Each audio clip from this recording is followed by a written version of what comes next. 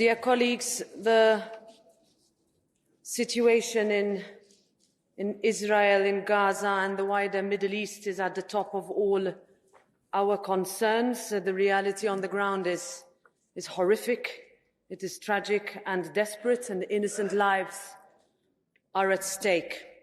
On October the 7th, the world awoke to the worst terrorist attack on families in Israel in generations.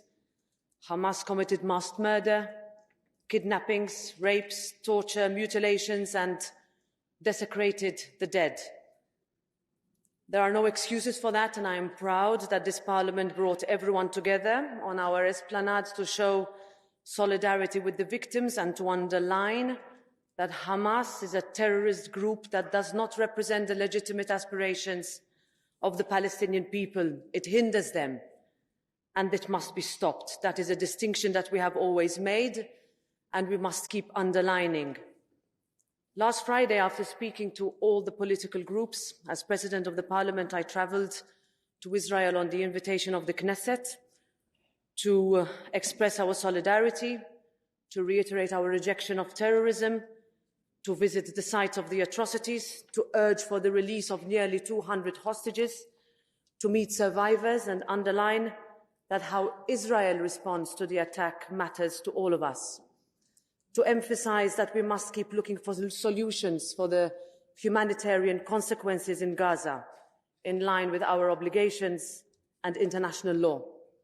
It was a message that I made and will keep making, and I am proud that this Parliament has been a leading voice on this issue, and I know that we will keep doing what we can to alleviate the suffering of the innocent. The visit was tough.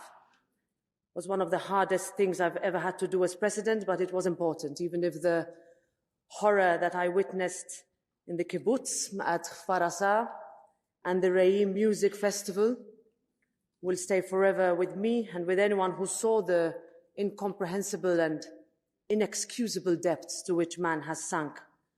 Even in the darkest of times, our Parliament has always and will always push for a fair two-state solution that is equitable and just. We will always push for a sustainable and lasting peace. I said this in the Knesset and in Ramallah when I visited President Abbas last year, and it bears repeating now. Sadly, the vile actions of Hamas terrorists have pushed this prospect further away. Today, the situation in Gaza remains impossible for so many. Our focus must remain on ensuring that the hostages kidnapped are released unconditionally, that humanitarian aid reaches those in need, that civilians are not targeted, that safe corridors are maintained, and that we keep engaging with the legitimate representatives of the Palestinian people and regional actors to de-escalate tensions in the region and neighbouring areas.